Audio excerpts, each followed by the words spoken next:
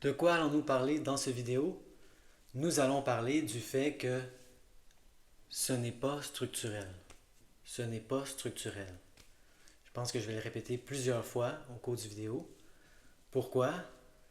Parce que ce n'est pas structurel. Ce n'est pas structurel. Je ne sais pas si vous avez déjà entendu ce dicton, on enseigne ce que l'on a besoin d'apprendre nous-mêmes. Hein? Intéressant ce dicton. Si vous suivez mes vidéos, vous savez que récemment, j'ai eu le retour d'un symptôme. C'est disparu maintenant. Je me rappelle même plus c'était où. Et je suis tombé dans le panneau moi-même. J'ai cru pendant une période que c'était structurel. Et là, on pourrait dire que c'est à un autre niveau parce que j'allais au gym 2 fois par semaine, je faisais du jogging plusieurs fois par semaine, je nageais plusieurs fois par semaine et je faisais des étirements qui repoussaient un peu les limites. Et ça, je me pose la question, pourquoi je suis allé aussi loin? Peut-être parce que c'était une période d'inactivité de 8 ans et que là, je voulais tester les limites de mon corps? Ou est-ce que j'essayais de ne pas sentir quelque chose? Ça, j'explore encore ça. Mais ce n'est pas ça le point du vidéo. Le point du vidéo, c'est que ce n'était pas structurel. Et là, on pourrait dire que c'est un peu plus normal que j'ai peut-être sauté à l'explication structurelle étant donné la quantité d'exercices que je faisais. Mais je crois que c'est le même problème, juste déplacé à un autre niveau. Mais c'est vrai qu'au début, c'est beaucoup plus facile. Quand on est rendu à l'étape où on marche une demi-heure, on fait la vaisselle, on passe l'aspirateur. Le message de cette vidéo, c'est que vous pouvez passer l'aspirateur, vous pouvez laver la vaisselle. Ce n'est pas structurel. Remarquez le truc du cerveau. Le cerveau va toujours aller à l'explication structurelle. Le cerveau essaie toujours de comprendre ce qui se passe. Et c'est l'explication la plus facile, la plus simple. C'est structurel. C'est ça qui est le plus convaincant et c'est comme ça qu'on est programmé de façon évolutionnaire. Et c'est là le défi, c'est d'aller à l'encontre de millions, voire de milliards d'années d'évolution.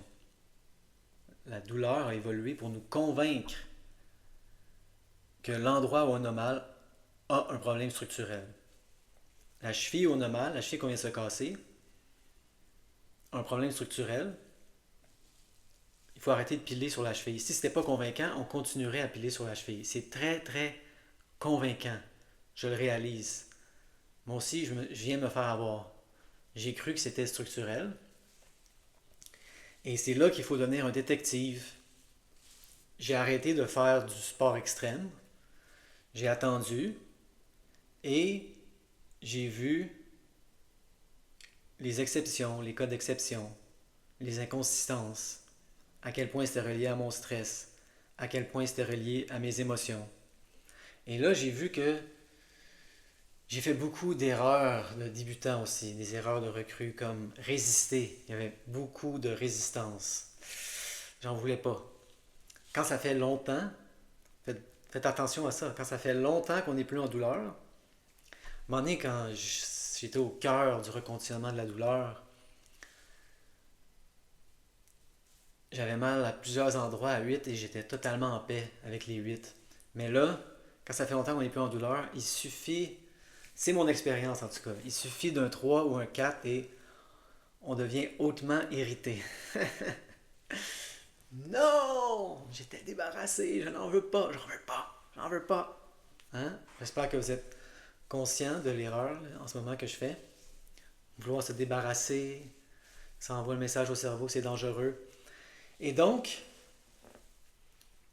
ne tombez pas dans le panneau. Ce n'est pas structurel. Je parlais à quelqu'un aujourd'hui et je remarquais toutes les patterns, toutes les erreurs que j'ai faites. Elle utilisait les mêmes mots, courbature, raquer. Moi aussi, je disais, ah, mais oui, il y a de la douleur neuroplastique, mais en plus, c'est qu'un certain pourcentage, ça fait longtemps que j'ai pas fait de sport, c'est du raquet, je suis raqué, si je suis courbaturé. Et c'est ça qui me bloquait. Le moment où j'ai débloqué, c'est le moment où je me suis dit, assumons que c'est 100% neuroplastique.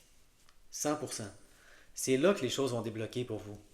Et là, le pourcentage avec lequel vous pensez que c'est courbaturé, raqué, structurel, représente dans le fond le pourcentage de votre doute. Vous voyez ça d'une façon aussi simple que ça.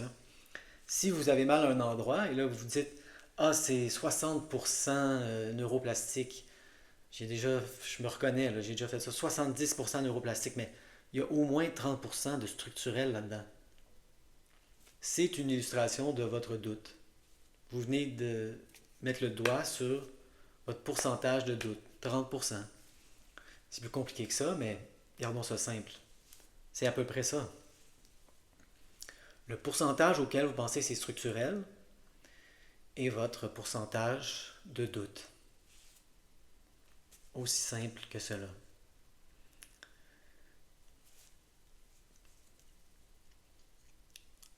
Donc j'espère que cette vidéo est utile pour vous parce que vous allez retomber dans le panneau à plusieurs reprises.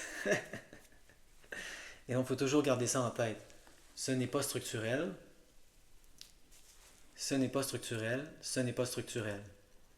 Et là on pivote du structurel vers l'émotionnel, du physique vers le psychologique. Pivoter, pivoter, pivoter.